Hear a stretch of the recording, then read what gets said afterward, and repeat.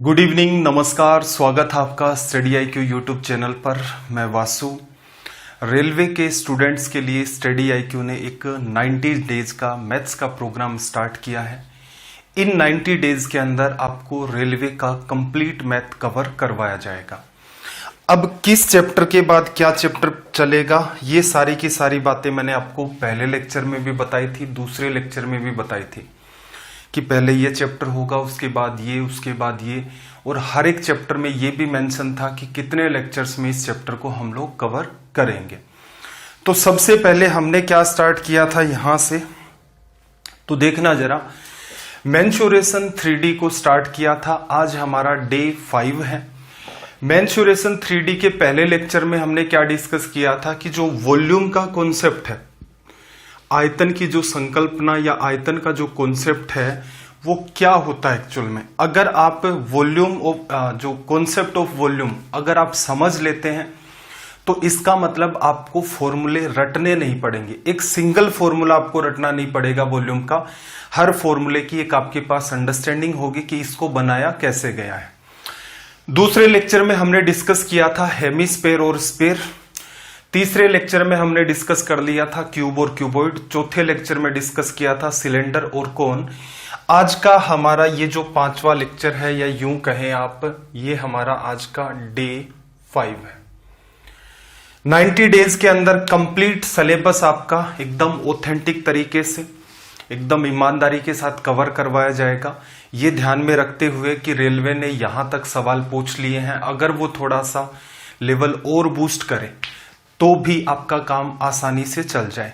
पढ़ाने का तरीका क्या रहता है, वही अपना पहले थ्योरी को एक्सप्लेन किया जाता है, उस पर बेस्ड आपके सवाल चलते हैं। सवालों को सोल्व करने के हमेशा ही 2 तरीके आपके रहते हैं कि इस सवाल को नॉर्मल वे में कैसे किया जाए जिससे सवाल तो अपना बन जाए, दूसरा कि इस सवाल को एग्जाम अप्रोच से कैसे किया जाए जिससे हमारा टाइम भी बचना स्टार्ट हो।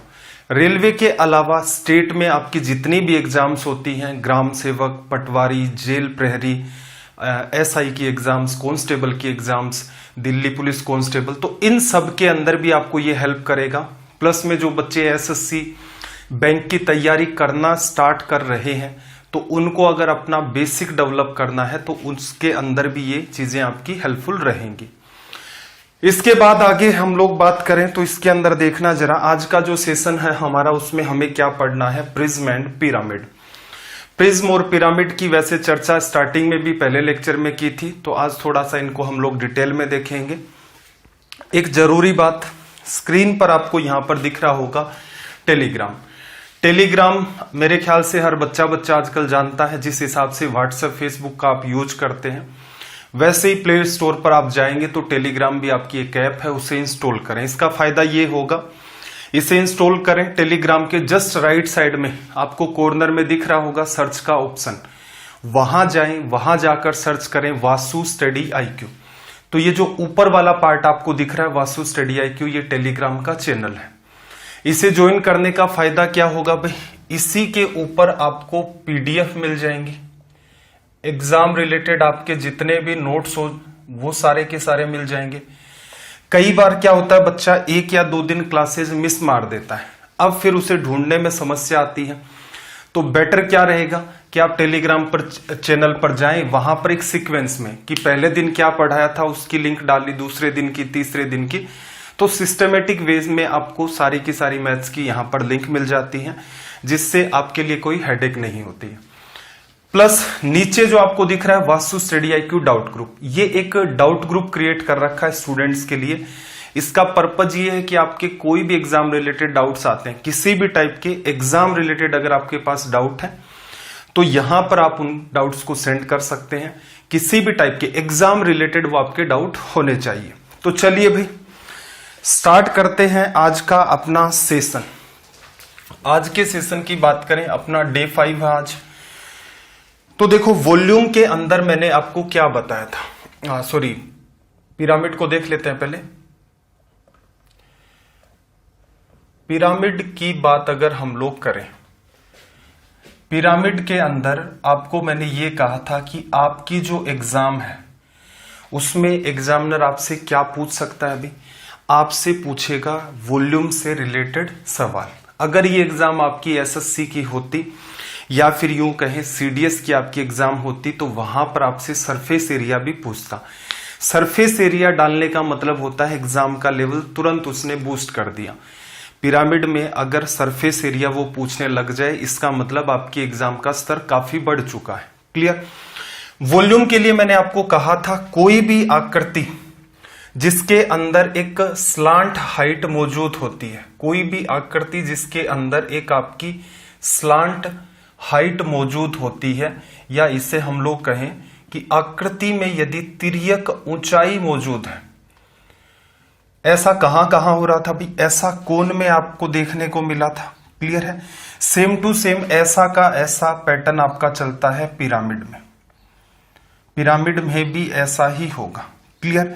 तो इसमें क्या लिखते थे भाई, वॉल्यूम इक्वल्स टू मल्टीपल तो 1/3 आता था, फिर इनटू में क्या था बेस एरिया, इनटू में क्या था आपका हाइट। क्लियर। तो पिरामिड के अंदर सिर्फ और सिर्फ आपको एक ये बात ध्यान रखनी है। अब इंपॉर्टेंट बात समझना जरा, पिरामिड कैसे कैसे बन सकते हैं कि भाई नीचे ये भुजा भी ए होती, ये वाली भुजा भी ए होती, तो ये आपका क्या बन जाता, ये आपका एक वर्ग या फिर स्क्वायर बन जाता। तो वर्गाकार आधार का आपका पिरामिड हो जाता। हो सकता है एक संभावना ये भी निकल के आपके सामने आ जाए कुछ इस हिसाब से कि नीचे क्या बन जाए आपके ट्राइंगलर, ट्राइंगल बन गया, नीचे त्रिभुज बन गया, तो इसका मतलब आप इसे क्या कहें, त्रिभुजाकार आधार का आपका पिरामिड। क्या फॉर्मूला चेंज होगा? नहीं भाई, फॉर्मूला चेंज नहीं होगा। पिरामिड चाहे आपका कैसा भी हो, जैसे नीचे आपको वो दे दे कि एक समषटभुज है, समषटभुज है, उससे भी अगर वो पिरामिड बनाए तो इसमें भी कोई फर्क नहीं पड़ता है। वॉल्यूम आपसे पूछा जाएगा, volume 1/3 base area into height. आपको किस चीज की जरूरत है भाई, आप नीचे अगर यहां पर आपके पास वर्ग है तो वर्ग का क्षेत्रफल आपको निकालना आता है। नीचे अगर आपका आयत है या फिर रेक्टेंगल है तो रेक्टेंगल का एरिया आपको निकालना आता है। नीचे त्रिभुज है, त्रिभुज का एरिया निकालना आता होगा। त्रिभुज कैसा भी हो, समकोण त्रिभुज हो, सम द्विबाहु त्रिभुज हो, समबाहु हो, विषम बाहु हो, कोई फर्क नहीं पड़ता कि वो इक्विलेटरल है, राइट एंगल है, आइसोसेलेस ट्राइंगल है या फिर स्केलेन ट्राइंगल है। मेरा ये मानना है कि आपसे जो सवाल मेनली पूछे जाएंगे उसके अंदर इन्वॉल्व होगा या तो स्क्वायर या फिर आपका रेक्टेंगल या फिर आपका ट्राइंगल। क्लियर। एक संभावना और होती है, सवाल में वो बात आ जाएगी कि कई बार आपको कुछ भी नहीं कहता है वो कैसा उसका आधार है, बस आपको ये कहता है कि भाई इसका आधार जो है, इसका जो बेस है उसका एरिया ये है, इसकी ऊंचाई ये है, आयतन आप बता दो। तो पिरामिड को लेकर कॉन्सेप्ट अगर समझ रखा है तो मेरे हिसाब से फॉर्मूला मेरे को बनाने की नीड ही नहीं थी। रीजन क्या है, कॉन्सेप्ट पहली क्लास में मैंने डील कर लिया था कि ये कॉन्सेप्ट होता है। वो कॉन्सेप्ट ना तो किसी किताब में है ना किसी यूट्यूब चैनल पर है। क्लियर। तो उस चीज को आप समझ लो, फॉर्मूले से छुटकारा मिल जाएगा। तो पिरामिड में तो इतनी सी बात निकल के आती है अपनी। आगे अगर हम लोग बात करें, अगला पार्ट अपना प्रिज्म। प्रिज्म की मुझे कोई संभावना तो नहीं दिख रही है, लेकिन फिर भी देख लो, आसान पार्ट है आपका प्रिज्म। प्रिज्म कैसी आकृति होती है भाई, ऐसी आकृति जो नीचे से ऊपर तक एक जैसी होती है उसे प्रिज्म कहा जाता है। और इसकी जो डेफिनेशन है उसके अंदर एक बात और ऐड कर दी जाती है कि उसमें कोई वृत्ताकार घुमाव नहीं होना चाहिए। ऐसी आकृति जो नीचे से ऊपर तक एक जैसी होती है उसे आप प्रिज्म कह सकते हैं, लेकिन उसमें कोई वृत्ताकार घुमाव नहीं होना चाहिए, कोई सर्कुलर उसके अंदर कर्व नहीं होनी चाहिए। देखना जरा, जैसे मैंने एक आकृति बनाई ये वाले, ये हम लोग पढ़ चुके हैं ऑलरेडी। ये क्या था भाई अपना क्यूब। क्या क्यूब नीचे से ऊपर तक एक जैसा होता है? क्या आपका घन नीचे से ऊपर तक एक जैसा होता है? तो आप कहेंगे बिल्कुल, ये आपका घन है, नीचे जैसा है, सेम टू सेम ऊपर तक वैसा है। तो क्या आप इसे प्रिज्म कह सकते हैं? तो बिल्कुल आप कहेंगे कि हाँ ये प्रिज्म है। तो एक्चुअल में देखा जाए तो ये आपका प्रिज्म है। अगली आकृति हमने पढ़ी थी, अगली जो आकृति थी वो हमने पढ़ी थी क्या, क्यूबॉइड या फिर घनाभ। क्यूबॉइड कुछ इस टाइप की हमारी आकृति थी। क्या आप इसे प्रिज्म कह सकते हैं? प्रिज्म की परिभाषा कहती है कि ऐसी आकृति जो नीचे से लेकर ऊपर तक एक जैसी हो, कोई उसमें वृत्ताकार घुमाव ना हो। तो ये क्या होता है भाई आपका, ये आपका घनाभ होता है। ये नीचे का हिस्सा मान लोगे सेम टू सेम ऊपर आ रहा है, या फिर ऐसा करो इसको नीचे का हिस्सा मान लो ये सेम टू सेम ऊपर आ रहा है, तो इसे भी आप क्या कह सकते हैं, ये भी आपका क्या होता है, प्रिज्म। अब एक डायग्राम और लेता हूं मैं आपके सामने। एक डायग्राम और हम लोग क्या ले सकते हैं, जैसे बेलन या फिर सिलेंडर। क्या आप इसे प्रिज्म कह सकते हैं? तो ये आकृति नीचे से ऊपर तक तो एक जैसी है, लेकिन इसमें क्या है, वृत्ताकार घुमाव आ गया ना, सर्कल का इन्वॉल्वमेंट, इसलिए ये प्रिज्म की परिभाषा को सूट नहीं करता। मेरी बात को ध्यान से सुनना, ये प्रिज्म की डेफिनेशन या फिर परिभाषा को फुलफिल नहीं करता, लेकिन ये कॉन्सेप्ट को फुलफिल करता है, क्योंकि नीचे से ऊपर तक जो भी आकृति एक जैसी होगी उन सब के कॉन्सेप्ट सेम होते हैं। वॉल्यूम निकालने के कॉन्सेप्ट भी उनके सेम होते हैं, टोटल सरफेस एरिया निकालने के कॉन्सेप्ट भी उनके सेम होते हैं। क्लियर? चलो, और क्या आकृति हो सकती है? वैसे अपनी एग्जाम में नीड नहीं होगी, फिर भी मैं आपको बता रहा हूं। जैसे मैंने ये प्रिज्म लिया, कितनी भुजाएं हैं, पेंटागन है, पंचभुज है, तो इसका मतलब नीचे भी पंचभुज ऊपर भी पंचभुज, नीचे से ऊपर तक ये आपका एक जैसा है, इसलिए इसे आप प्रिज्म कह सकते हैं। एक आकृति और दिखा देता हूं मैं आपको। जैसे ये क्या है हमारे पास, नीचे षटभुज है, रेगुलर हेक्सागन है अपना, ऊपर भी रेगुलर हेक्सागन है, नीचे से ऊपर तक ये आकृति भी क्या है, एक जैसी है। तो इन सबको भी क्या कह सकते हो आप कि ये प्रिज्म है असल में देखा जाए तो। चलो भी, प्रिज्म की बात आपको समझ आ गई। नीचे कुछ भी हो सकता है, नीचे ट्रायंगल भी हो सकता है, भविष्य में ध्यान रखना। नीचे जैसे ट्रायंगल लिया, एज इट इज इसको ऊपर बढ़ा दिया जाएगा सेम टू सेम इस टाइप से, फिर इसको इससे मिला दिया, इस पार्ट को इससे मिला दिया, तो ये भी आपका क्या कहलाएगा, प्रिज्म। ऐसी आकृति नीचे से ऊपर तक एक जैसी है। चलो भाई, अब इसका कॉन्सेप्ट थोड़ा सा समझ लो कि आपको असल में किसकी नीड होगी। देखो, एक तो सीधी सी बात पहली ही क्लास में हमने डिस्कस की थी, आयतन, वॉल्यूम। जो भी आकृति आपकी नीचे से ऊपर तक एक जैसी होती है उनका वॉल्यूम क्या लिखते हैं, तो आपको सिखाया था कि वॉल्यूम लिखा जाएगा आपका बेस एरिया इनटू में हाइट, आधार का क्षेत्रफल गुणा ऊंचाई। ये बड़ी ही आसान सी बात है, इसमें कोई रट्टा नहीं मारना है। तो एक तनाव से मुक्त हो गए मेरे ख्याल से कि कोई भी प्रिज्म दे देगा। देखो, मुद्दा ये है कि जैसे एसएससी की जो बच्चे तैयारी कर रहे होते हैं, स्पेशली सीजीएल की या सीपीओ की या सीडीएस की, तो ये जो एसएससी वाले बच्चे हैं या सीडीएस वाले बच्चे हैं, ये तो इन चीजों से इतने गो थ्रू रहते हैं कि इनको इनका कोई डर नहीं होता। अब रेलवे का जो बच्चा है, मान लो उसने कोई किताब भी ले ली, उससे पढ़ाई वो कर रहा है, तो प्रिज्म से रिलेटेड कोई ना कोई, जैसे रेगुलर हेक्सागन बेस लिया उसने, समषटभुज आधार लिया, उसमें एक नया फॉर्मूला, त्रिभुज आधार लिया, उसमें एक नया फॉर्मूला, तो बच्चे को क्या लगना स्टार्ट हो जाता है कि डर। वो ये सोचता है यार ये प्रिज्म पता नहीं क्या बवाल है, ऐसा करता हूं मैं इसको छोड़ देता हूं। ठीक है, यही काम वो क्या करता है, यही काम वो पिरामिड के अंदर भी करना स्टार्ट करता है कि यार पिरामिड वाला जो सेक्शन है वो मेरे समझ नहीं आएगा। देखो, मुद्दे की बात यह, आपको ये पता होना चाहिए कि आपकी एग्जाम में सवाल किस टाइप के पूछे जाते हैं। अगर आप पिरामिड का सिर्फ और सिर्फ आयतन ध्यान रख लेंगे, आपका काम चल जाएगा। अगर आप प्रिज्म का आयतन का कॉन्सेप्ट, इसीलिए मैं आपको बार बार कह रहा हूं कि जो पहली क्लास है वैसी क्लास कहीं नहीं है। शब्दों को गौर से सुनना, जैसी पहली क्लास अपने वॉल्यूम की है, वैसी पहली क्लास या फिर वैसी क्लास आपको कहीं भी नहीं मिलेगी जिसमें वॉल्यूम के कॉन्सेप्ट आपको समझाए जाते हैं। क्लियर? तो प्रिज्म से जुड़ा हुआ अब मेरे ख्याल से आपका डर खत्म हो गया कि आयतन इसका कैसे निकाला जाएगा। अब एक बात और अंडरस्टैंड करना कि आप इसका टोटल सरफेस एरिया कैसे निकालोगे भी, कुल पृष्ठीय क्षेत्रफल। तो सिंपल सी बात है, जैसे मैं पेंटागन वाला प्रिज्म ले लेता हूं, कुल पृष्ठीय क्षेत्रफल कैसे निकालोगे भाई, जैसे ये एक पंचभुज है आपका, ये ऊपर भी पंचभुज है। क्लियर?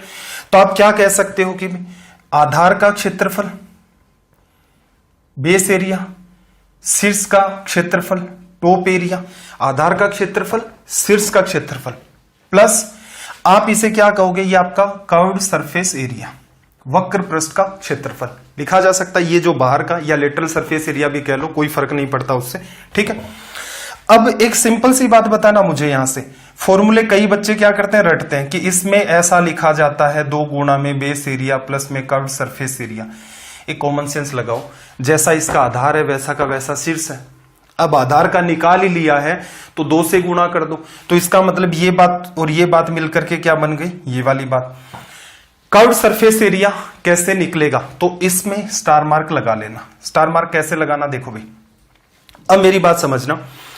ये पंचभुज है, इसकी ऊंचाई मैंने क्या मान ली, h मान ली। ये भुजा मैंने a मानी। ध्यान से देखना इस बात को, क्योंकि ये आप अगर एक बार समझ लेते हैं, आपको रटना नहीं है, ये एक बार ये आपकी समझ में चला गया, इसका मतलब आप जीवन भर नहीं भूलेंगे। पढ़ाई लिखाई का रोल, ध्यान से सुनना इस बात को, पढ़ाई लिखाई का रोल सिर्फ इतना सा नहीं है जीवन के अंदर कि आपने एक गवर्नमेंट जॉब ले ली, ठीक है, तो ये तो अपना क्या है, प्राइम फोकस है। गवर्नमेंट जॉब तो अपना प्राइम फोकस है, जिससे कि जीवन यापन का जो अपना स्तर है वो थोड़ा सा सुधर जाए। क्लियर। इसके बाद क्या इन चीजों की नीड नहीं होगी आपको, इन चीजों की आपको नीड होगी जब आपके बच्चे स्कूल में जाएंगे, वो 7वीं 8वीं 9वीं 10वीं क्लास में, ठीक है। 10वीं क्लास तक तो अगर आप उनके जितने भी डाउट्स हैं उनका समाधान करने का प्रयास करेंगे तो वो यही कहेंगे आपको कि मेरे जो माता पिता हैं वो दुनिया के अंदर सबसे सुपीरियर है। क्लियर है। कब, जब ये चीजें उनके भी सिलेबस में रहेंगी जो आप पढ़ रहे हैं। अगर आपने इनको समझ रखा है तो कल को अपने बच्चे को भी आप ठीक तरीके से गाइड कर सकते हैं। अगर उनको नहीं बताओगे तो फिर क्या करना पड़ेगा, बच्चे को ट्यूशन भेज दो, यही समाधान बचता है। तो मुद्दा ये है, इन चीजों को इस पर्सपेक्टिव में समझे कि ये चीजें असल में काम की है और ये भविष्य में भी काम आनी। रीजन ये है, इंसान सोशल प्राणी है, समाज में वो रहता है और उसे इस समाज को आगे तक लेकर के जाना पड़ता है, तो आपकी जिम्मेदारी है इन चीजों को समझा करें। क्लियर। चलो भाई, और अगर नहीं बताओगे तो फिर वो ये कह देंगे कि भाई हमारे जो माँ बाप हैं वो तो बेवकूफ हैं, इनको कुछ आता जाता नहीं है। 11वीं 12वीं में तो चलो वो कहना वैसे भी स्टार्ट कर देंगे, लेकिन 10वीं तक आपको अपनी इज्जत बचानी है, तो इन चीजों को इसलिए भी समझ लो। देखना, base area, top area, curved surface area की बात करें तो देखो भुजाएं मैं अलग अलग मान लेता हूं। ये भुजा ए, ये बी, ये सी, ये डी, ये ई, 5 भुजाएं हैं, पांचों को नाम दे दिया A B C D E. ऊंचाई कितनी, h। अब मुझे एक बात बताओ, इस भुजा को मैंने क्या माना था, ए माना था। इस भाग का अगर मैं क्षेत्रफल निकालना चाहूं तो क्या करूंगा भाई, ये मुझे एक आयत के जैसा, रेक्टेंगल जैसा दिख रहा है, तो क्या करेंगे भाई, a को h से गुणा करो, लंबाई ये मान ली, ये चौड़ाई मान ली। तो इसका मतलब कर्व्ड सरफेस एरिया, जब आपने पंचभुज लिया तो a को किससे गुणा किया आपने, h से, a गुणा h प्लस अगली भुजा आपकी क्या थी भाई, b, और फिर से ये आपको क्या दिखा, आयत दिखा, तो b को किससे गुणा किया आपने, h से, तो ये लिख दिया आपने bh। और आगे चलोगे, अगली भुजा क्या है भाई, c, c को भी h से गुणा करोगे, फिर भुजा d, d को भी h से, फिर भुजा e, e को भी h से। कंक्लूजन क्या निकला, ah bh ch d into में h और e इंटू में h लिखा जा सकता है। एक और बात अंडरस्टैंड करना, h सब में से कॉमन आ गया, ब्रैकेट में क्या बचा, a plus b plus c plus d plus e into में h लिखा जा सकता है। असल में एक बात बताऊं मुझे, ये a b c d e है क्या, a b c d e सबको जोड़ा तो आप कह सकते हैं ये पूरी की पूरी क्या आपकी बेस पेरीमीटर। बेस पेरीमीटर को अगर आप हाइट से गुणा कर देते हैं तो क्या निकल के आता है, कर्व्ड सरफेस एरिया लिखा जा सकता है। क्या ये हमेशा ही रेक्टेंगल बनते हैं, बिल्कुल ये हमेशा ही रेक्टेंगल बनते हैं। आप बात को ऑब्जर्व करना, जैसे हमने क्यूबॉइड पढ़ा था, क्यूबॉइड में क्या किया मैंने, इसको बेस माना, ये भुजा a इसको h से गुणा किया, ये भुजा b इसको h से किया, सामने वाली भुजा फिर से a होगी तो a को फिर h से किया, b को फिर h से किया। तो यहां भी देखो a into H, b into H, फिर a इंटू एच, फिर b इंटू एच, अगेन वही आएगा, h common, a plus B लिखा जाएगा, 2 बार a 2 बार b, तो twice of a plus B into में h। तो वहां पर क्या करते हो, चारों दीवारों का क्षेत्रफल यही तो निकाल के लाए थे, 2 गुणा a प्लस बी गुणा h। तो उस बात को आप ऐसे भी समझ सकते हो कि जो हमारा कमरा होता है वो भी प्रिज्म होता है। अगर आपको इसका कर्व्ड सरफेस एरिया चाहिए, अगर आपको इसकी दीवारों का क्षेत्रफल चाहिए, तो सिंपल सा लॉजिक है, क्यों दिमाग लगा रहे हो, बेस पेरीमीटर, आधार का परिमाप गुणा में ऊंचाई, आधार के ऊपर क्या है, हर जगह ही आपके आयत बनते हैं। चलो एक एग्जांपल और समझना, ये अपना क्या था, रेगुलर हेक्सागन 6 भुजाएं। अगर मैं हर भुजा को अलग अलग मानूं, A B C D E और एफ, ऊंचाई क्या h, इस आयत का क्षेत्रफल a गुणा में h लिखोगे भाई, ये a हो गया, ये आपका h, अगले आयत का b गुणा में h, फिर c गुणा में h। तो आपने क्या कंक्लूजन निकाला, हर भुजा पर एक आयत बनता है, भुजा a b c d e, हर भुजा पर एक आयत बनता है, तो a को भी h से, b को भी h से, c को भी h से। तो बेटर क्या रहेगा, कैंची मार करके इसे खोल करके देखोगे, सीधा फैलाओगे तो नीचे वाली जो भुजा आपको दिखेगी, नीचे वाली जो लंबाई आपको दिखेगी, क्या किया मैंने, इसको उठाया साइड में रखा, इसको उठाया साइड में रखा, कैंची ली नीचे से ऊपर तक इसको काट दिया। जैसे ही आप खोलोगे पूरे हिस्से को तो ये नीचे वाला क्या आ जाएगा, a प्लस बी प्लस इस हिसाब से, और ये क्या h, रेक्टेंगल बना वैसे भी पूरा, एक एक पार्ट भी इसका रेक्टेंगल है, खोलोगे तो भी आपको रेक्टेंगल दिखेगा। तो इसका मतलब लंबाई गुणा चौड़ाई का लॉजिक लगाना था। तो ये बात हमने डिटेल में भी समझ ली कि असल में क्या याद रखना आपको, कर्व सरफेस एरिया होता आपका बेस पेरीमीटर इनटू हाइट। ये बात अगर आपकी अंडरस्टैंडिंग में है, इसका मतलब आपका काम दौड़ जाएगा। तो मेरे ख्याल से कोई कंफ्यूजन नहीं है। पिरामिड में आपको सिर्फ और सिर्फ आयतन ध्यान रखना है। आयतन निकालने का तरीका 1/3 आधार का क्षेत्रफल गुणा में ऊंचाई। प्रिज्म की बात करें तो प्रिज्म की परिभाषा क्या होती है, ऐसी आकृति जो नीचे से ऊपर तक, बेस से टॉप तक एक जैसी है और उसमें कोई भी वृत्ताकार या फिर सर्कुलर घुमाव नहीं होना चाहिए। आयतन निकालने का तरीका, वॉल्यूम कैसे निकालोगे भाई, जब भी कभी आकृति नीचे से ऊपर तक एक जैसी होती है तो वॉल्यूम लिखा जाता है बेस एरिया इनटू में हाइट। फिर टोटल सरफेस एरिया, तो जैसा बेस है वैसा का वैसा टॉप, तो बेस एरिया निकाला, 2 से गुणा कर दिया।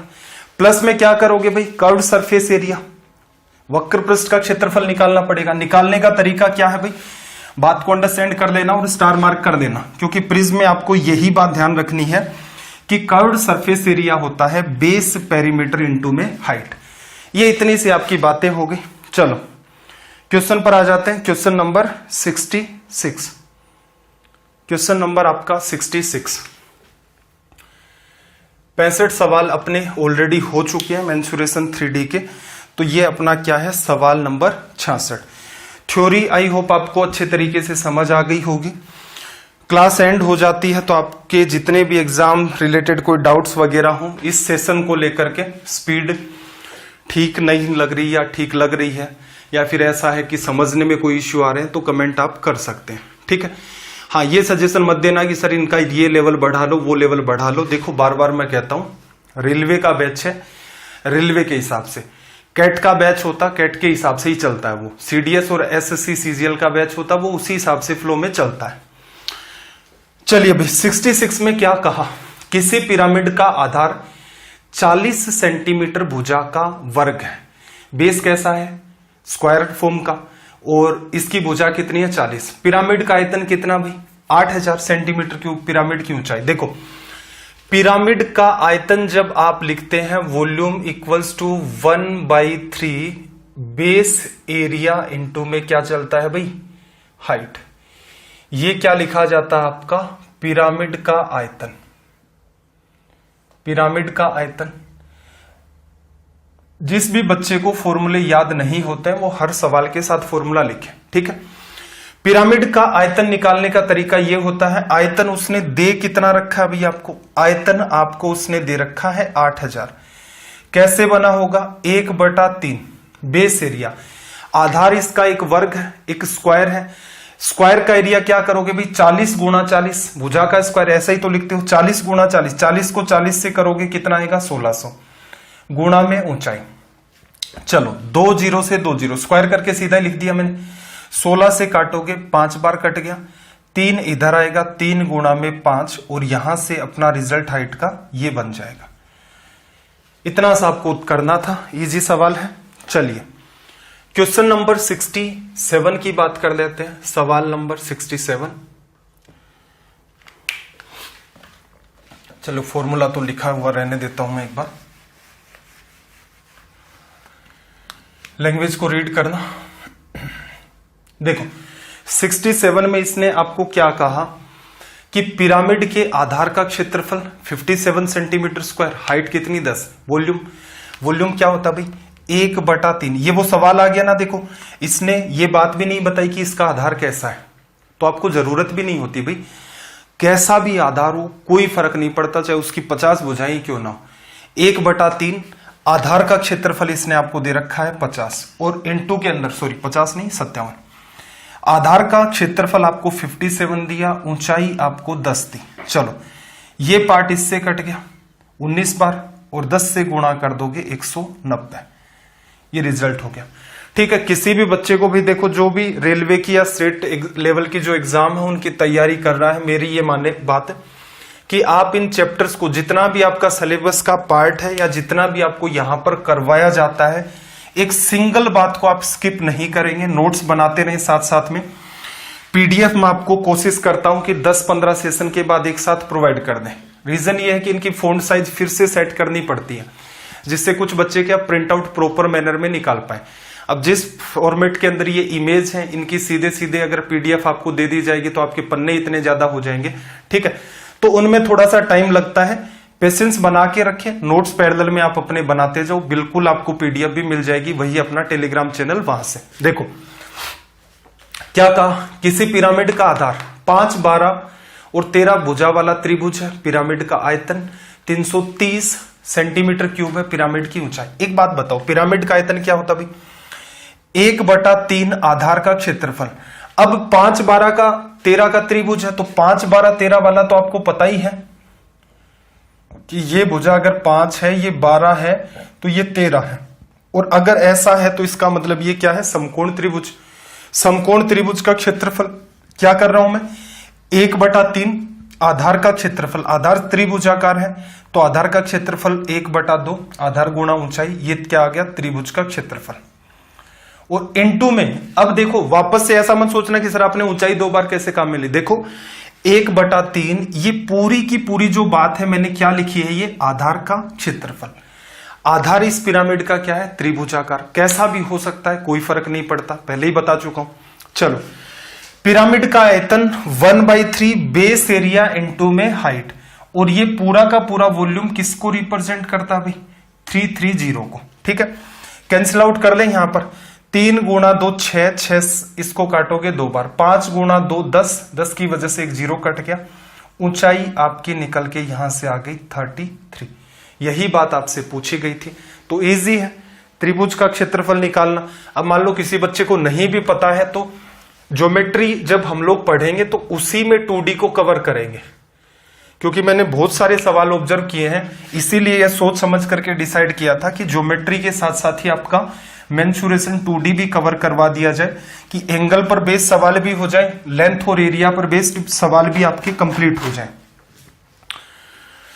चलो भाई 69 में इसने क्या कहा, अंडर रूट 1152 मीटर विकर्ण वाले वर्ग पर स्थित एक पिरामिड की ऊंचाई 6 है, पिरामिड का आयतन ज्ञात करें। पिरामिड का आयतन, वॉल्यूम ऑफ द पिरामिड क्या लिखा जाता है 1/3। चलो बेस एरिया, अब समस्या ये आ गई कि भाई वर्गाकार है, ये तो पता चल गया, उसने कह रखा है कि अंडर रूट 1152 मीटर विकर्ण वाले वर्ग पर स्थित एक पिरामिड की ऊंचाई। देखो वर्ग का क्षेत्रफल आपको निकालना है, एरिया ऑफ स्क्वायर, इसका डायगोनल आपको ये दे रखा है, क्लियर है, कुछ भी होगा डायगोनल। अब एक बात बताओ, अगर ये भुजा आपकी ए है तो वर्ग में ये भुजा भी आपकी ए ही होती है, और ये वाली जो भुजा निकल के आती है, या यूं कह लें इसका जो विकर्ण निकल के आता है वो क्या निकल के आता है, ए अंडर रूट 2। एक बात बताओ, इसका आप डायगोनल अगर लिखना चाहें, अगर विकर्ण आप लिखना चाहें तो क्या लिख सकते हैं, भुजा को अंडर रूट 2 से गुणा कर दो, क्योंकि ये क्या है समकोण समकोण बनते हैं। छोटा सा रीजन है, वैसे स्क्वायर और हम लोग ये सारी की सारी चीजें आगे चल के पढ़ेंगे, पता भी होगा, नहीं पता तो इस बात को सीधे सीधे लिख लेना, ठीक।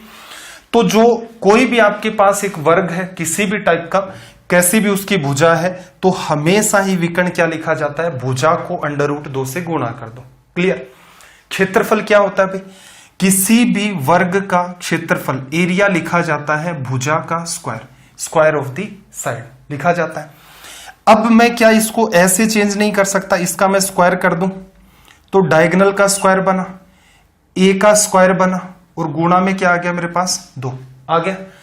क्या मैं इस बात को ऐसे नहीं लिख सकता? आगे लिख रहा हूं, देखना जरा। डायगोनल का स्क्वायर अपोन में क्या है, ये 2 इधर भेज दिया, राइट साइड में क्या बचा, ए स्क्वायर।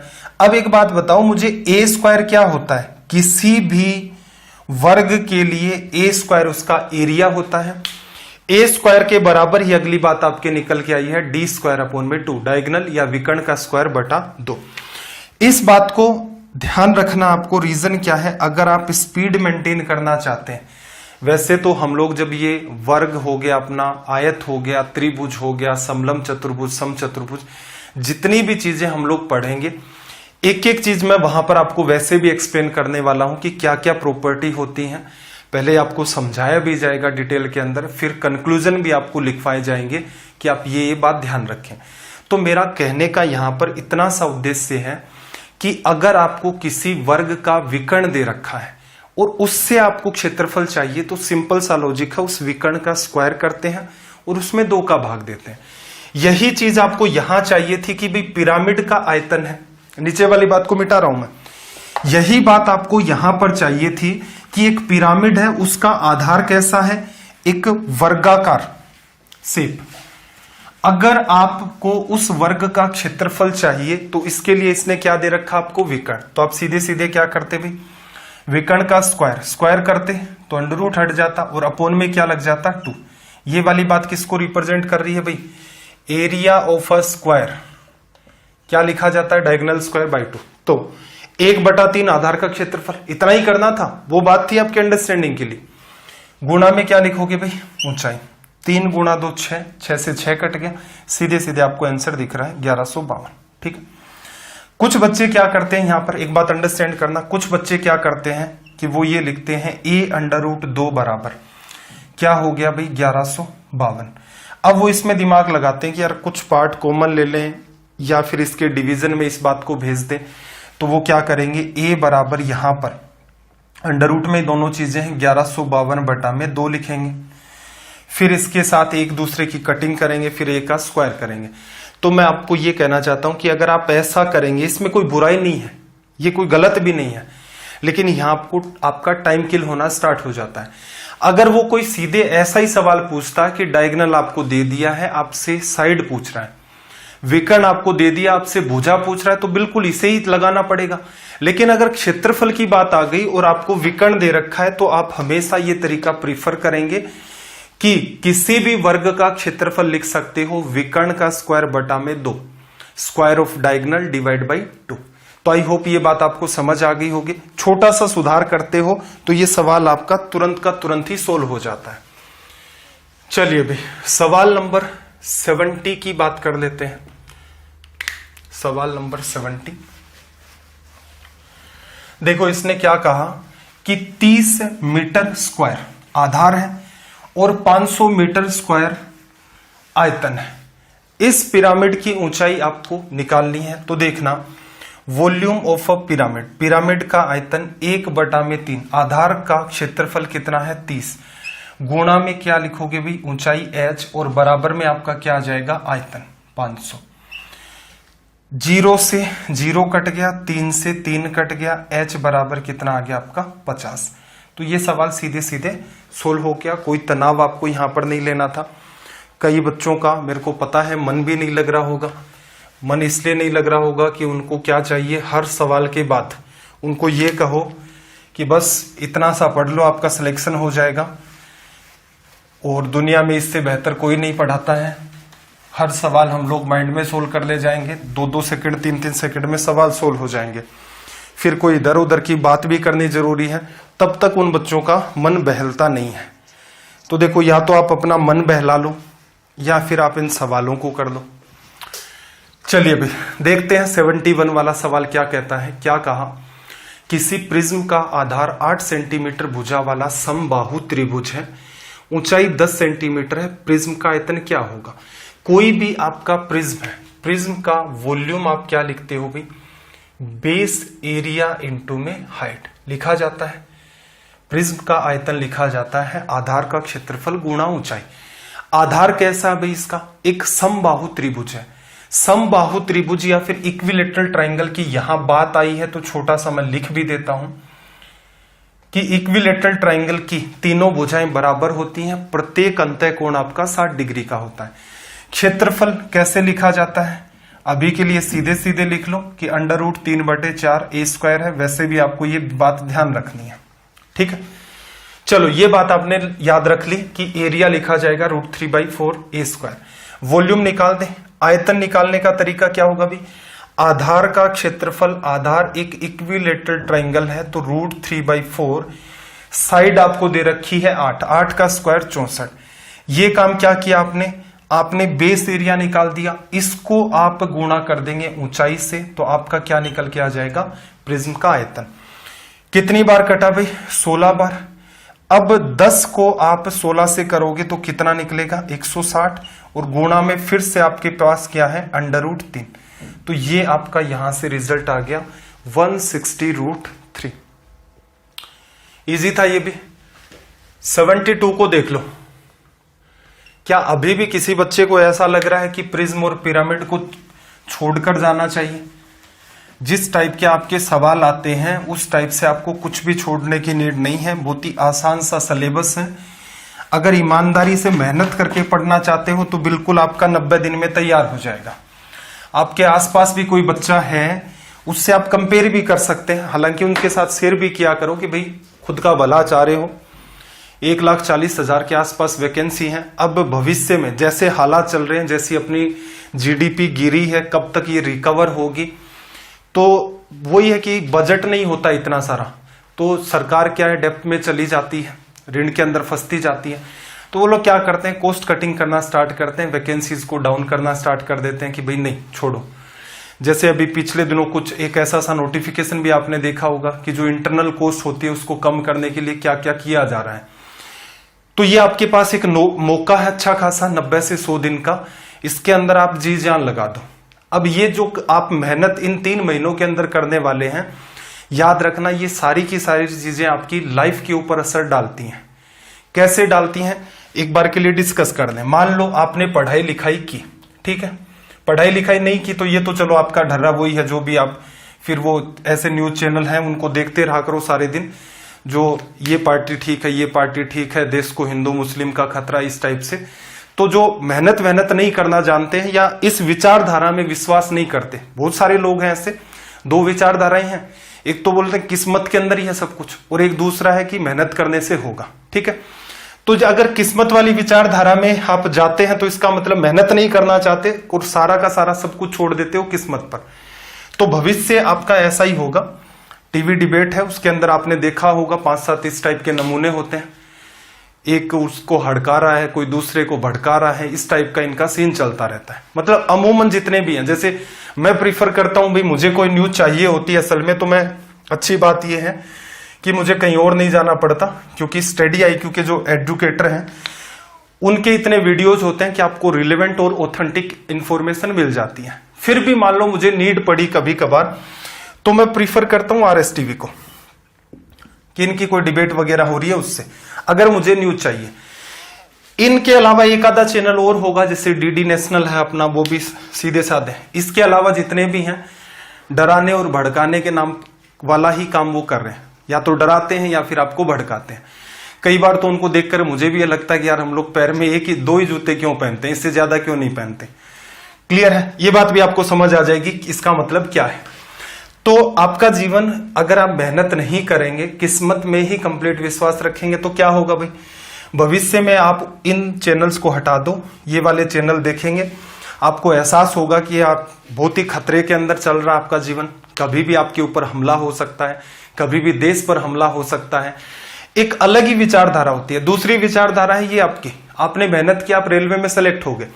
कुछ बच्चों के एम्बिशंस अच्छे होते हैं तो वो क्या करते हैं भाई, चलो रेलवे के अंदर तो हो ही गए, चलो CGL की पैरेलल में तैयारी कर लेते हैं, इंस्पेक्टर बन जाते हैं। ऐसे भी एग्जाम्पल है।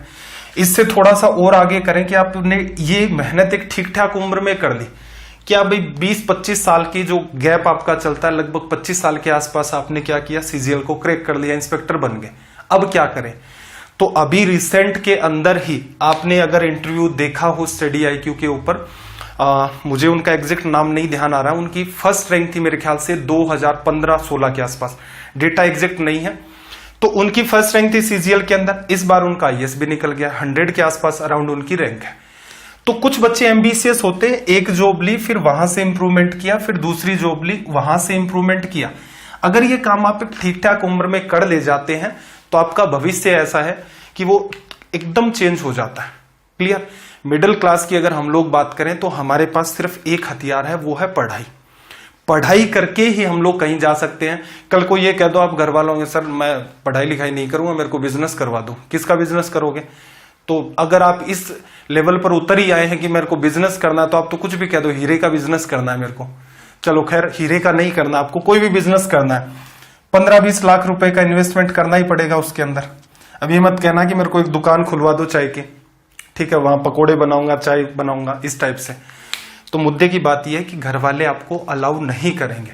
रीजन ये होगा, मिडिल क्लास को आप ऑब्जर्व करें, अपने आसपास के लोगों को ऑब्जर्व करें, अपने परिवार को ऑब्जर्व करें, और फिर वहां से आप डिसीजन लेने की कोशिश करें कि यार अपने पास जो सबसे सटीक और सबसे सेफ हथियार है वो क्या है? वो अपने पास सिर्फ पढ़ाई है। बिजनेस चलो आपने कोई भी, आप घर वालों ने इन्वेस्टमेंट कर दिया, इसके अंदर रिस्क रहती है, इसके अंदर भी, क्योंकि जितना फ्लक्चुएशन ऊपर नीचे आता है उस हिसाब से चीजें बहुत सारी चेंज हो जाती हैं आपकी।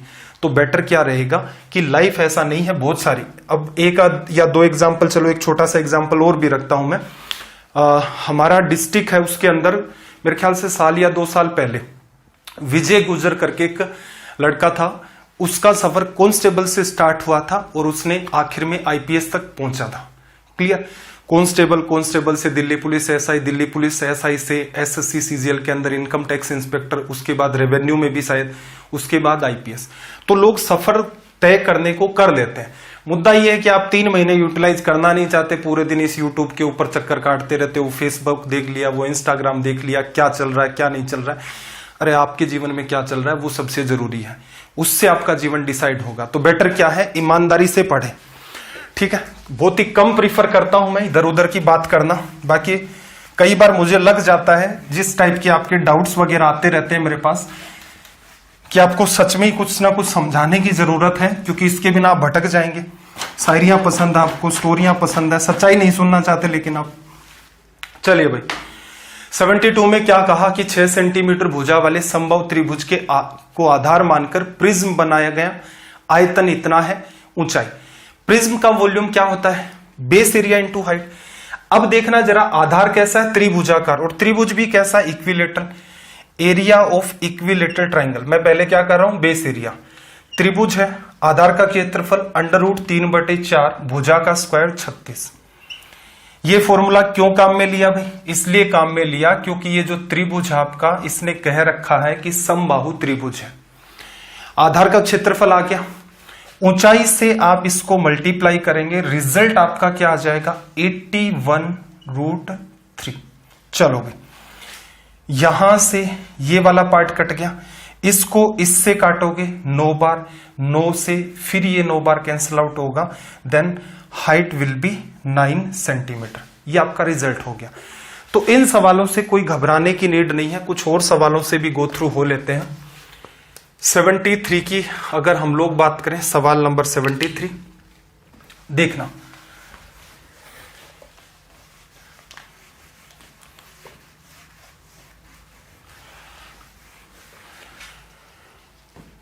देखो, किसी प्रिज्म का आधार एक समबाहु त्रिभुज है। अगेन, तिर्यक पृष्ठ का क्षेत्रफल कितना? भी 120 सेंटीमीटर। आयतन इसका कितना है? 40√3 सेंटीमीटर। तब प्रिज्म के आधार की भुजा।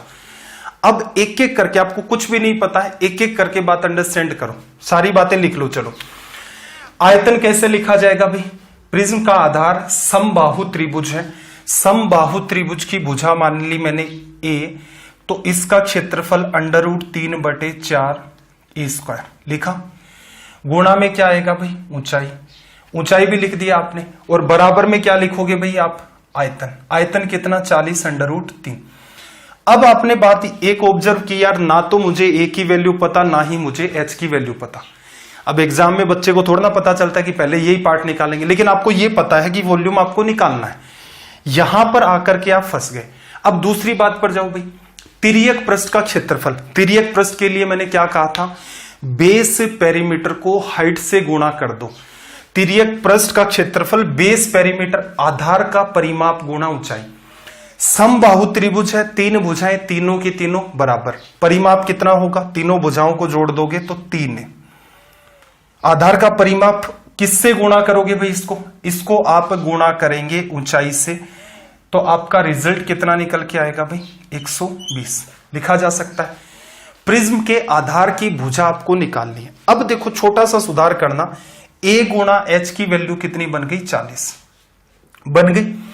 अब आपने फिर देखा कि यार मेरे को पहले भी a और h के बारे में नहीं पता था, अब भी मुझे a और h के बारे में नहीं पता है, ठीक है। क्या आप इस बात को a स्क्वायर जो था आपका, इसको a गुणा a लिख सकते हो। a गुणा a लिखने का फायदा क्या हुआ, a गुणा में h भी आ गया, a गुणा में h है उसकी वैल्यू 40।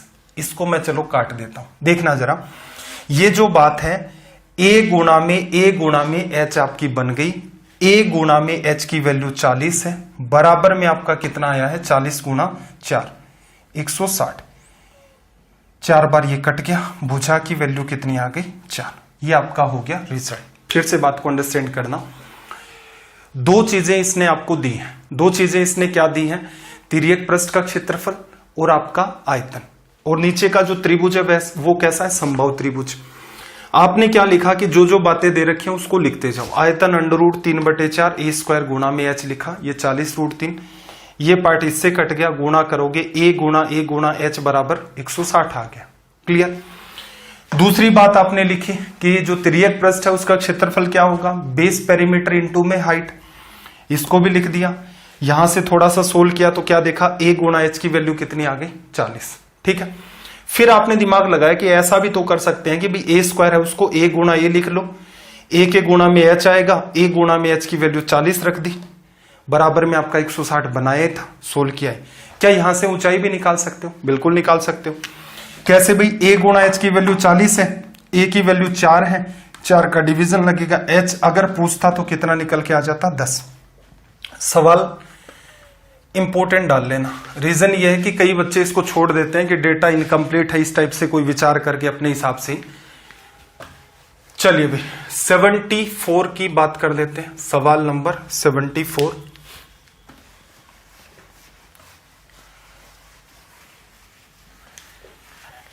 लैंग्वेज को रीड करना भाई। 74 नंबर जो सवाल है इसकी लैंग्वेज को पहले तो आप रीड करें प्रॉपर मैनर में। क्या कहा कि एक लंब प्रिज्म का आधार एक आयत आपको दे रखा है और इस आयत की लंबाई और चौड़ाई का अनुपात 3:2 है। यदि प्रिज्म की ऊंचाई 12 सेंटीमीटर है, कुल पृष्ठीय क्षेत्रफल 288 वर्ग सेंटीमीटर है। प्रिज्म का आयतन देखो, आधार की भुजाएं आपको कितनी दे रखी हैं, 3:2 में, अनुपात में दे रखी हैं, कोई गड़बड़ ना हो इसलिए क्या कर लो भाई 3x और 2x ले लो। प्रिज्म की ऊंचाई दे रखी है, कुल पृष्ठीय क्षेत्रफल, कुल पृष्ठीय क्षेत्रफल में क्या लिखा था, बेस पेरीमीटर, आधार का परिमाप, सबको जोड़ दो भाई, 3x 3x 2x 2x, कितना हो गया 10x हो गया। आधार का परिमाप कितना आपका 10x, ऊंचाई आपको कितनी दे रखी है 12, इक्वल में क्या आ जाएगा भाई आपका 288 वर्ग सेंटीमीटर, ये निकल के आ गया। यहां से आप इसमें डिवीजन करना जरा, 12 का डिवीजन करोगे 2 बार, 4 बचा, 12 4 48। x का मान आपने निकाला, फिर आगे काटना चाहो या फिर सीधे सीधे लिख दो 240/10 लिखा जा सकता है। क्या किया भाई आपने, आधार के परिमाप को, बेस पेरीमीटर को जब भी आप ऊंचाई से गुणा करते हैं तो आपकी यहां पर क्या निकल के आती है, लेटरल सरफेस एरिया, वक्र पृष्ठ का क्षेत्रफल या तिर्यक पृष्ठ का क्षेत्रफल। क्लियर। पूछा क्या आपसे, प्रिज्म का आयतन। आयतन लिखने का तरीका क्या होता है भाई, आयतन लिखोगे तो क्या लिखोगे, लंबाई गुणा चौड़ाई लिखोगे, 3x गुणा में 2x, आधार इसका कैसा है आयताकार, आयत का क्षेत्रफल आ गया, गुणा किससे करोगे इसको, ऊंचाई से, ऊंचाई कितनी है 12। तो असल में देखा जाए तो आपको जस्ट यहां वैल्यू लिखनी थी, 3 गुणा में 24/10 x की वैल्यू, फिर गुणा में 2, फिर 24/10 और फिर गुणा में आपका 12। ये वाली बात आपको यहां पर लिखनी थी। क्या गड़बड़ की है भाई हमने यहां पर, डेटा मैच क्यों नहीं हो रहा? देखना, लंब प्रिज्म का आधार एक आयत है जिसकी लंबाई और चौड़ाई का जो अनुपात दे रखा है वो 3:2 है। 3:2 ले लिया और फिर इसने क्या कहा कि इसका कुल पृष्ठीय क्षेत्रफल, देखो देखो एक गड़बड़ कर दी है भाई, ध्यान से देखना, लिटरली ले लिया हमने। देखो एक मिस्टेक हुई है, बात को अंडरस्टैंड करना भी। आपको क्या बताया था कि टोटल सरफेस एरिया क्या होता है, 2 गुणा में बेस एरिया प्लस इसका जो भी लेटरल सरफेस एरिया। ठीक है, प्रिज्म है, नीचे भी आयत होगा ऊपर भी आयत होगा। आयत का क्षेत्रफल क्या होता है, लंबाई गुणा चौड़ाई। तो 3x को 2x से गुणा करोगे तो कितना, 3 गुणा 2 6x²। जितना आधार है उतना ही इसका शीर्ष होगा, तो 2 गुणा में बेस एरिया निकाल लिया। प्लस में क्या करते हो, लेटरल सरफेस एरिया। लेटरल कैसे निकालते हो, आधार का परिमाप गुणा में ऊंचाई। आधार का परिमाप जोड़ा कितना आया, 10x। ऊंचाई अपने पास कितनी है भाई, 12 सेंटीमीटर, और बराबर में कितना आएगा, 288। ये करना था। ठीक है, पीछे हमने क्या गड़बड़ कर दी, सिर्फ और सिर्फ लेटरल सरफेस एरिया ले लिया। अब देखना 12 का डिवीजन किया, 12 का इसमें, अब 12 का कर रहे हो तो सभी में करो, इसमें कर दिया 12 का, ये 12 का डिवीजन कर दिया। यहां से देखोगे 2 और यहां से 4। असल में देखोगे तो इक्वेशन कितनी आ गई आपके पास, 10x बराबर 24। अब देखो आप जिस एग्जाम की तैयारी कर रहे हैं, आपने जो सोच करके तैयारी स्टार्ट की है, हो सकता है कि आप क्वाड्रेटिक इक्वेशन में कंफर्ट नहीं है, लेकिन इसका एक समाधान क्या हो सकता है। जैसे आपने क्या किया, x की वैल्यू ले ली। x की वैल्यू अगर मैं 1 लेता हूं तो देखना जरा, x की अगर मैं वैल्यू 1 लेता हूं, 1 का स्क्वायर 1 बनेगा, 10 गुणा में 1, तो ये तो 10 हो गया, ये 1 हो गया। 11 24 बनना चाहिए था, 24 नहीं बना। ठीक है, x की वैल्यू फिर चेंज करो। x की वैल्यू आपने क्या ली भाई, 2। 2 का स्क्वायर 4, 10 गुणा 2 आपका 20, इसका मतलब ये 24 बन गया। मैं क्या समझाना चाह रहा हूं आपको, मैं ये समझाना चाह रहा हूं कि एक तो सवाल का लेवल अच्छा है। ठीक है, दूसरी बात, द्विघात समीकरण यहां करके बन गई। जनरली आप जो एग्जाम की तैयारी कर रहे हैं, इनमें मेनली जो बच्चे होते हैं इसको सोल्व करते हैं श्रीधराचार्य फॉर्मूले से। क्वाड्रेटिक इक्वेशन या द्विघात समीकरण को श्रीधराचार्य फॉर्मूले से भी सोल्व किया जाता है जब कोई भी तरीका नहीं बचता है, या उसके फैक्टर किए जाते हैं। ठीक है, 2 कॉमन तरीके होते हैं। एक तरीका यह भी है कि कुछ भी नहीं पता, आपको पता है x की वैल्यू निकालनी है, आंसर आपका परफेक्ट आ रहा है। x की वैल्यू 1 रखी, 24 नहीं बना, 2 रखी, 24 बन गया। बस यही तो काम करना था, x की वैल्यू आपने निकाल ली। चलो आयतन निकालना है। आयतन क्या होगा भी, वॉल्यूम बराबर, देखो x की वैल्यू 2 रखोगे तो 3 गुणा 2 6 बन जाएगा, 2 गुणा 2 ये 4 बन जाएगा। आयतन क्या होता भी, आधार का क्षेत्रफल 6 गुणा 4 24 और गुणा में ऊंचाई, तो आयतन आ गया 24 गुणा 2 आपका 48, 24 और 4 आपका 28, 288। ये आपका किया निकल के आ गया रिजल्ट। अब कई बच्चे इसको रटने की भी कोशिश करेंगे कि कुल पृष्ठीय क्षेत्रफल 288 था तो आयतन भी 288 आ गया। ऐसा कोई भी आपको काम नहीं करना है। ठीक है भाई, आपके एग्जाम में मेरे हिसाब से ऐसा कोई सवाल नहीं पूछा जाएगा। बाकी सवाल का लेवल अच्छा है, समझने वाली बात है। और सबसे जरूरी बात, जरूरी नहीं है कि ये बात यहां पर आई है तो इसी चैप्टर में ही काम आएगी, नहीं, ये बहुत जगह काम आती है। टाइम एंड वर्क में भी कई बार क्वाड्रेटिक इक्वेशन बनती है। तो आप में एटलीस्ट इतना कॉमन सेंस तो हो कि मेरे को श्रीधराचार्य भी नहीं पता, मेरे को फैक्टर भी नहीं निकालने आते हैं, तो क्या करोगे, वैल्यू रख रख के देख लो भाई, उससे भी आपका काम चल जाता है। चलो 75 नंबर पर आ जाते हैं। सवाल नंबर 75। जैसे ही सवालों का लेवल बढ़ता है, चीजें ऊपर से जानी स्टार्ट हो जाती हैं। और कई कलाकार बच्चे ऐसे हैं कि वो क्या करते हैं, बीच बीच में आते हैं, 2-3 मिनट देखा, फिर उनको लगा यार ये तो बहुत लंबा चौड़ा सा सॉल्यूशन है, इतने बड़े सॉल्यूशन थोड़ा ना होते हैं, और फिर वो भाग जाते हैं। तो पेशेंस बना करके रखें भाई। चीजें कुछ चीजें हैं जो थोड़ी सी मुश्किल हैं, लेकिन फिर भी बात बन जाएगी। देखो, एक लंबवत त्रिभुजाकार प्रिज्म का आधार समबाहु त्रिभुज है, त्रिभुज की भुजा 15, प्रिज्म की ऊंचाई ये है, आयतन निकालना। इससे नकली क्या सवाल होगा, आयतन क्या होगा, base area. Base area equilateral triangle है, √3/4 E² लिखोगे। तो देखना √3/4 भुजा कितनी दे रखी है भाई आपको 15, 15 गुणा में 15 या लिख सकते थे 225। आधार का क्षेत्रफल किससे गुणा करना आपको, ऊंचाई से। ऊंचाई कितनी है भाई 20√3। देखना 4 से काटोगे 5 बार आ गया, √3 को √3 से गुणा करोगे 3 बनेगा, 3 को 5 से करोगे 15 बनेगा, और 15 का क्यूब ये बन गया। 2 तो ये 15 है और ये 5 और ये आपका 3, 15 का क्यूब। अगर आपको यहां से पता है कि 15 का क्यूब क्या होता है 3375, तो सीधे लिख सकते हो। इकाई के अंक का सहारा भी ले सकते हो। यूनिट डिजिट जो चैप्टर होगा हर बच्चा उसको देखना, आपको एक आइडिया भी वहां से मिलेगा कि यार कई सवाल ऐसे होते हैं जहां कैलकुलेशन फंस जाती है, ठीक है। और कोई बच्चा ऐसा भी होगा मेरी तरह जिसको नहीं पता है ये चीजें, वो क्या करेगा भाई गुणा करेगा। तो आप ऐसा करो 15 गुणा 15 225 कर दो, और इसको 15 से यहां पर गुणा करना है। तो 15 गुणा 5 75, कैरी 7 30 और 7 आपका 37, 30 और 3 आपका 33, ठीक है।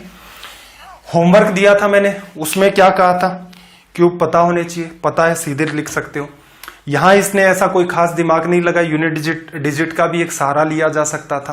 क्लियर है, कई सारी संभावनाएं बनती हैं, तो इस पर तो दिमाग जब हम लोग चैप्टर पढ़ेंगे तब लगाएंगे। गुणा करने का तरीका या तो ये प्रीफर करो, क्यूब याद है तो बहुत अच्छी बात है। चलो भाई सवाल नंबर 76 की बात कर लेते हैं। Question number 76।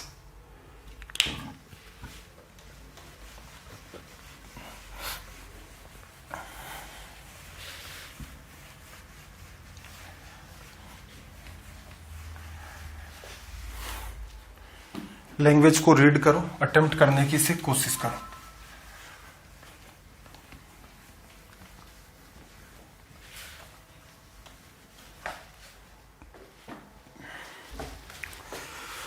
सेवेंटी 76 में देखना भाई इसने क्या कहा कि एक समवर्गाकार पिरामिड, बेस इसका वर्ग जैसा हो गया, आधार की जो भुजा है वो 20 सेंटीमीटर है, हाइट या ऊंचाई आपको 45 सेंटीमीटर दे रखी है। इसे पिघलाया गया है और त्रिभुजाकार पिरामिड में ढाला जाता है, जिसका समबाहु आधार है, समबाहु त्रिभुज जिसका आधार है, और भुजा 10 सेंटीमीटर, ऊंचाई 10√3 सेंटीमीटर है। सम त्रिभुजाकार पिरामिडों की संख्या क्या है। तो एक सिंपल सा लॉजिक लगाओ।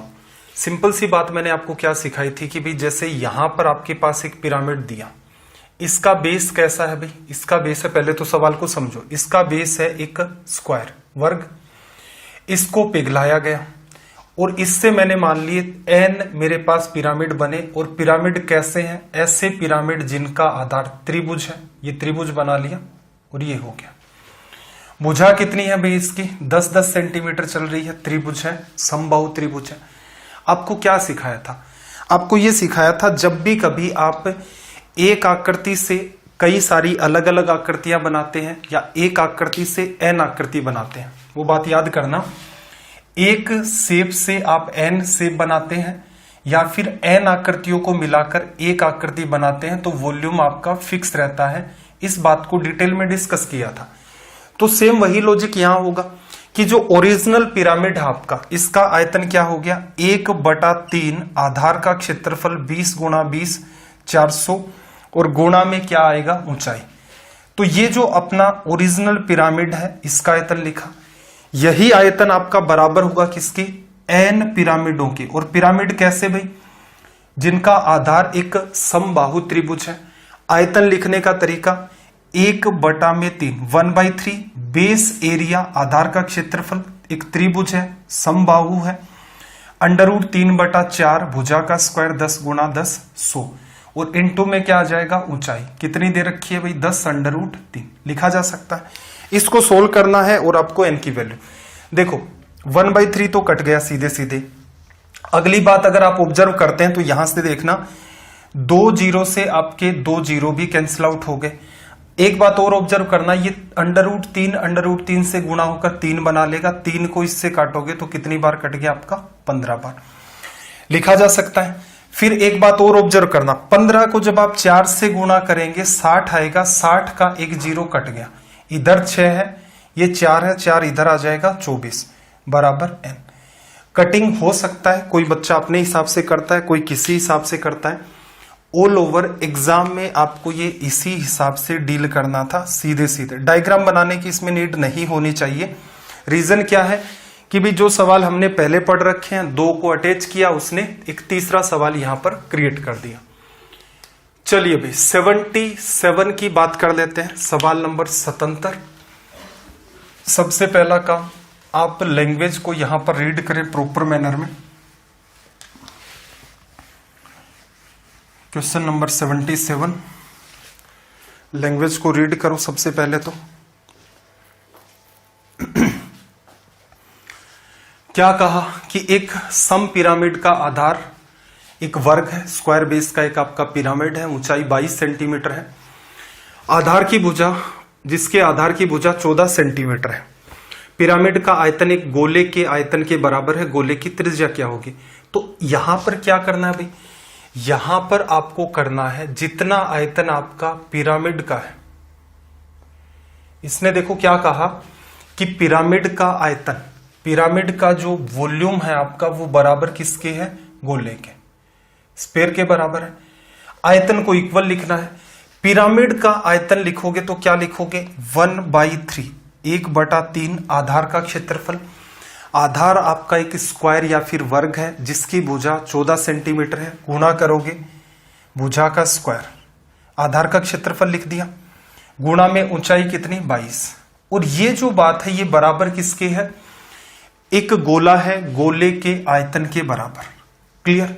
गोले का आयतन क्या लिखा जाता था भाई? 4/3। पाई, पाई की जगह क्या लिख लेते हैं? 22/7 गुणा में आर का क्यूब। देखो 22 से आपका 22 कट गया, 3 से आपका 3 कट गया। आगे काटोगे तो देखो 4 को ऐसा समझ सकते हो, 2 गुणा 2 है, 1 2 इससे कटेगा 7, 1 2 इससे कटेगा 7, ये 7 इधर आ जाएगा, 7 गुणा 7 गुणा 7, 7 का क्यूब बराबर आर का क्यूब। क्या कर ले भाई, पावर सेम है, 3 3 ही है, तो इसका मतलब आधार भी सेम होंगे। या फिर ऐसा कर लो कि तीनों की पावर 1/3 कर दो, क्यूब रूट कर दो, आपका रिजल्ट आ जाएगा। तो मेरे ख्याल से आपको ये वाली बात भी आसानी से समझ आ गई होगी। चलिए भाई 78 नंबर क्वेश्चन की हम लोग बात कर लेते हैं। यहां से क्वेश्चन नंबर 78, लैंग्वेज को रीड करो जल्दी से।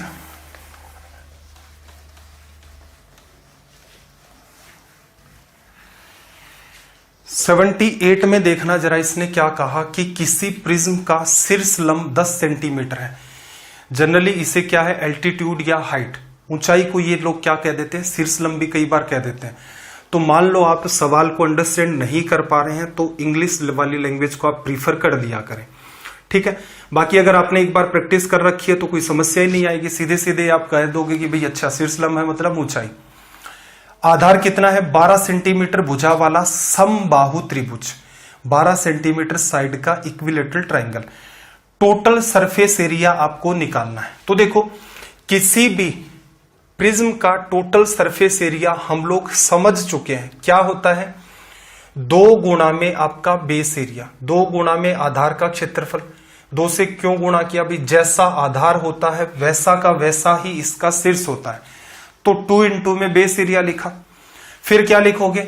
लेटरल सरफेस एरिया, तिर्यक पृष्ठ का क्षेत्रफल, ये लिखा जाता है।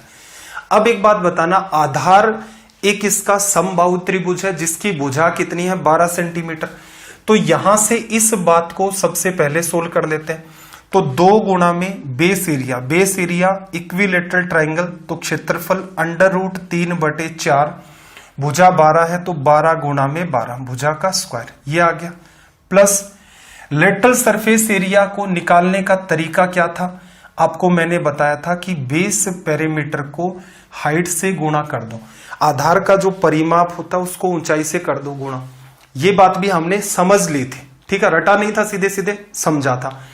तो देखना जरा, नीचे आपका क्या है? एक त्रिभुज, त्रिभुज की भुजा कितनी? 12 सेंटीमीटर, परिमाप कितना? 12 12 12 36।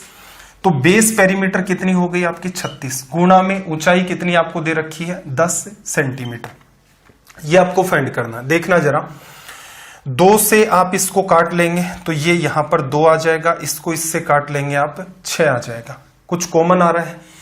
कॉमन की बात करें तो 12 गुणा 6 आपका 72, ब्रैकेट में क्या बचा √3।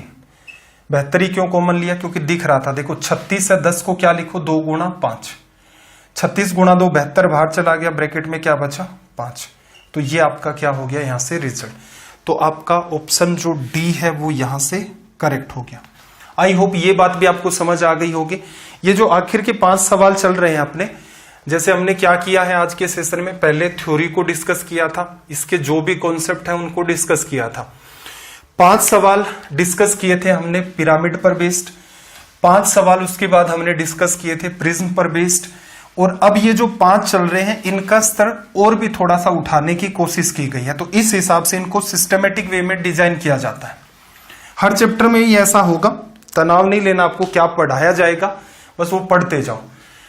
फिर क्या कहा भाई, एक लंब प्रिज्म का आधार एक ट्रेपीजियम है। ट्रेपीजियम क्या होता है भाई, समलंब चतुर्भुज, जिसकी 2 समांतर भुजाओं की लंबाई 10 और 6 सेंटीमीटर है, बीच की दूरी 5 है, प्रिज्म की ऊंचाई आपको दे दी है, आयतन निकालना है।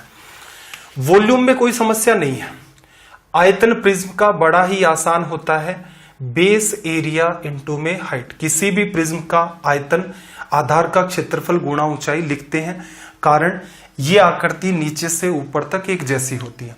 अब इसने आपको एक ट्रेपीजियम दिया, समलंब चतुर्भुज। इसमें क्या होता है भाई, कुछ ऐसी सी आपकी आकृति होती है, ये जैसे समांतर भुजाएं। समांतर भुजाएं क्या दे रखी हैं 10 और 6, ये 10 मान ली, ये 6 मान ली। इनके जो बीच की दूरी होती है, समांतर भुजाओं के बीच की दूरी, ये कितनी दे दी 5। तो इसका जब आप एरिया निकालते हो तो वो लिखा जाता है 1/2 समांतर भुजाओं का योग गुणा में समांतर भुजाओं के बीच की दूरी। मेंसुरेशन 2D जो ज्योमेट्री के साथ हम लोग पढ़ने वाले हैं उसमें ये सारी की सारी चीजें आ जाएंगी। इस सवाल में इस चीज की नीड थी, इसलिए मैं यहां पर लिख रहा हूं। तो आपने क्या निकाल लिया भाई, 10 और 6 16 बन गया। 16 को 2 से काटोगे 8, 8 गुणा 5 40। तो एक बात बताओ, आधार का क्षेत्रफल कितना आ गया अपने पास, आधार का क्षेत्रफल 40। ऊंचाई अपनी कितनी है भाई, ऊंचाई अपनी है 8। 8 को 40 से करोगे, रिजल्ट अपना क्या बन जाएगा 320 सेंटीमीटर क्यूब। ये आपका रिजल्ट हो गया। बड़ी ही आसानी से आप इनको डील कर सकते हैं, कोई फॉर्मूला तक यहां पर याद रखने की नीड नहीं थी। कॉन्सेप्ट आपने समझा, एक एक बात को उठाते जाओ और डील करते जाओ। क्वेश्चन नंबर 80 की बात कर देते हैं, सवाल नंबर 80। क्वेश्चन नंबर 80 की बात कर देते हैं। देखना 80 नंबर सवाल में क्या कहा इसने, किसी प्रिज्म का आधार एक वर्ग है, स्क्वायर दे दिया, ऊंचाई 15 है। यदि प्रिज्म का संपूर्ण पृष्ठ का जो क्षेत्रफल है वो कितना है 608 वर्ग सेंटीमीटर, आयतन निकालना है। टोटल सरफेस एरिया आपको दिया, टोटल सरफेस एरिया फिर से मैं एक बार के लिए लिख देता हूं। प्रिज्म के लिए क्या लिखा जाता है 2 गुणा में बेस एरिया। 2 से इसलिए गुणा किया कि जैसा इसका बेस है वैसा का वैसा टॉप है, बेस का एरिया निकाल दो, 2 से गुणा कर दो। फिर लेटरल सरफेस एरिया को मैं क्या लिख लेता हूं, बेस पेरीमीटर, आधार के परिमाप को गुणा करना है किससे, ऊंचाई से। इससे हमारा टोटल सरफेस एरिया आ जाएगा जो कितना दे रखा है 608। चलो आयतन निकालेंगे। आयतन के लिए जरूरी क्या है, वर्ग का क्षेत्रफल पता हो, ऊंचाई तो इसने 15 दे रखी है, गुणा कर देंगे, कोई समस्या नहीं है। तो हमें असल में यहां से क्या निकालनी है, इस वर्ग की भुजा। देखना आप 2 गुणा में बेस एरिया, 2 गुणा में आधार कैसा है वर्गाकार, वर्ग की भुजा a मान ली, वर्ग का क्षेत्रफल a का स्क्वायर प्लस बेस पेरीमीटर, आधार का परिमाप, वर्ग की 4 भुजाएं, चारों को जोड़ा वही परिमाप हो गया, आपकी पेरीमीटर हो गई। तो पेरीमीटर कितनी भाई आपकी 4 ही। ऊंचाई इसने कितनी दी आपको 15, गुणा किससे 4 को 15 से गुणा किया, रिजल्ट कितना आएगा भाई टोटल सरफेस एरिया का 608 लिखा जा सकता है। चलो भाई 2 का डिवीजन कर दें तो यहां पर आपका 2 बचेगा, फिर यहां पर आपका कितना बचेगा 304। अब देखना a कॉमन आपका आ रहा है, a आपके पास कॉमन आ रहा है, यहां पर a प्लस आपने 15 गुणा 2 30 लिख दिया बराबर 304। ठीक, ऐसे नहीं समझ में आ रहा है तो कोई बात नहीं, आप एज इट इज भी लिखा रहने दो, यहां पर ए स्क्वायर प्लस 30a बराबर 304 लिखा जा सकता है। इसको सोल्व करने के देखो कई सारे तरीके होते हैं।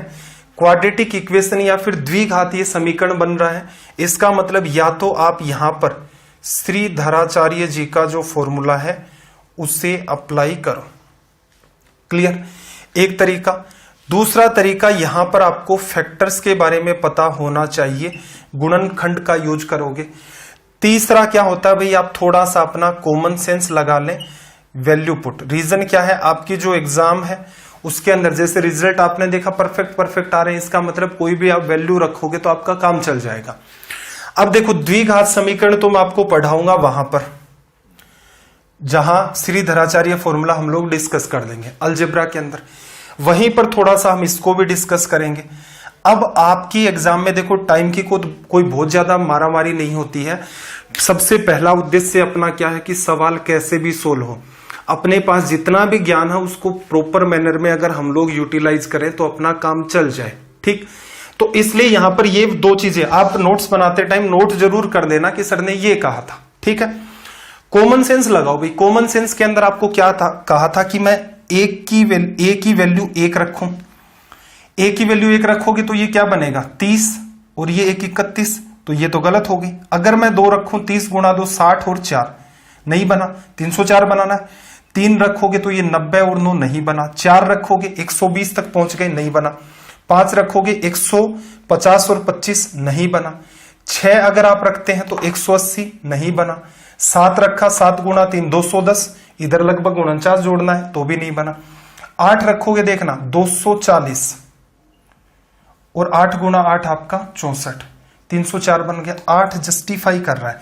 अब ये मत कहना कि सर मैं तो एक एक वैल्यू रखूंगा, मेरा टाइम बहुत ज्यादा किल होगा। देखो फैक्टर अगर आपको आते हैं तो इस सवाल में कुछ भी नहीं है।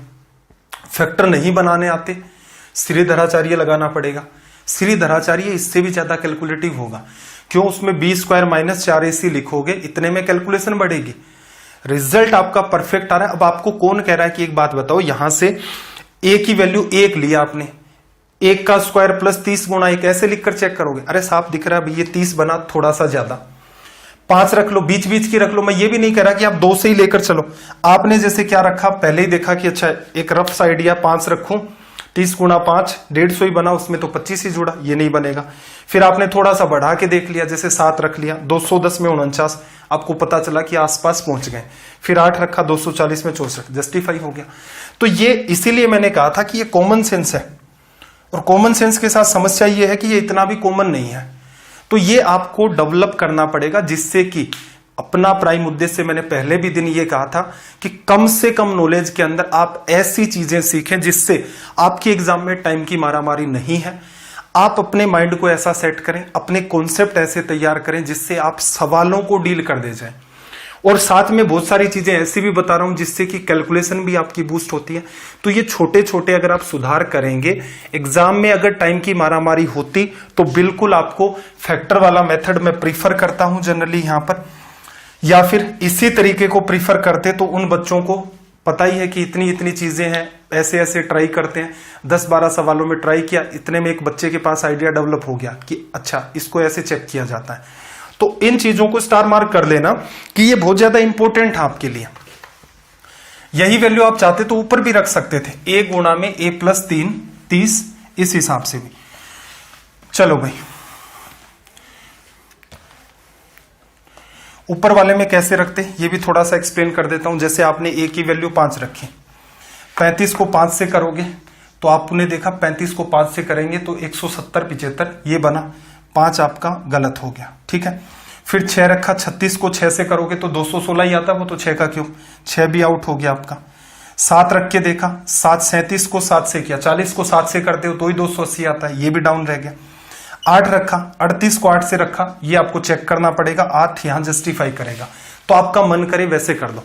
यहां से देखो हमने एक कंक्लूजन ये निकाल लिया कि जो हमारे पास आधार है, वर्ग, वर्ग की भुजा कितनी आ गई 8। आयतन निकालना आसान है, आयतन क्या होगा, वर्ग का क्षेत्रफल 8 का स्क्वायर 64 गुणा में हमारे पास ऊंचाई कितनी है 15। 15 गुणा 4 60, 15 6 90 और 6 96। ये आपका रिजल्ट हो गया। तो असल में देखा जाए इस सवाल में ए को निकालना सबसे बड़ी टास्क थी, और मैंने जो आपको बात कही है कॉमन सेंस वाली वो डेवलप कर देना, वो कई जगह काम आएगी। एक बार आपने अगर डेवलप कर लिया इसका मतलब आपके सवाल बड़ी ही आसानी से सोल्व होने स्टार्ट हो जाएंगे। तो चलिए भाई, ये हमारा आज का यहां पर सेशन कंप्लीट हो गया है। जितना जो टारगेट चलता है उसी के हिसाब से आपका सिलेबस चलेगा। क्लासेस में अगर मुझे नीड हुई कि भी क्लास 1.5 घंटे की लेनी है, बिल्कुल उस दिन 1.5 घंटे की भी ली जाएगी। अब आपका मुझे ये लग रहा है धीरे धीरे इंटरेस्ट कम होता जा रहा है। रीजन क्या है? फर्स्ट डे बहुत सारे बच्चे देखते हैं, सेकंड डे उससे कम, थर्ड डे उससे कम। तो इसका मतलब आखिरी क्लासेस क्या मैं खुद को ही पढ़ाने वाला हूं? तो इन क्लासेस को आपकी भी एक जिम्मेदारी बनती है कि जो कंटेंट ऑथेंटिक चल रहा है, अपने आसपास 5 लोग हैं, 5 लोगों को तो बोल सकते हैं आप कि भाई ये कंटेंट आपका पढ़ाया जा रहा है, एक बार के लिए क्लास लेकर के देखो। मैं इतना ही कहता हूं, 10 क्लास लोगे, इतने में आपको ज्ञान आ जाएगा कि असल में क्या चीजें आज तक आपने मिस कर दी थी, क्या समस्या थी कि आपके अंदर मैथ्स को लेकर इतना भयंकर खौफ आ गया, आप उससे भागने की कोशिश करते हैं, उसके चैप्टर से उनको छोड़ने की कोशिश करते हैं। ये छोटे छोटे सुधार हैं, इनको समझने की कोशिश करें। ये समझ जाएंगे तो मैथ से आपका खौफ खत्म हो जाएगा। पीडीएफ नोट्स वगैरह के लिए टेलीग्राम का आपको स्टार्टिंग में चैनल बताया था, वास्तु स्टडी IQ, जो नीचे भी आपको दिख रहा होगा, वो ज्वाइन करें। डाउट ग्रुप भी आप ज्वाइन कर लें, वहां पर आप अपने एग्जाम रिलेटेड डाउट्स हैं वो सेंड कर सकते हैं।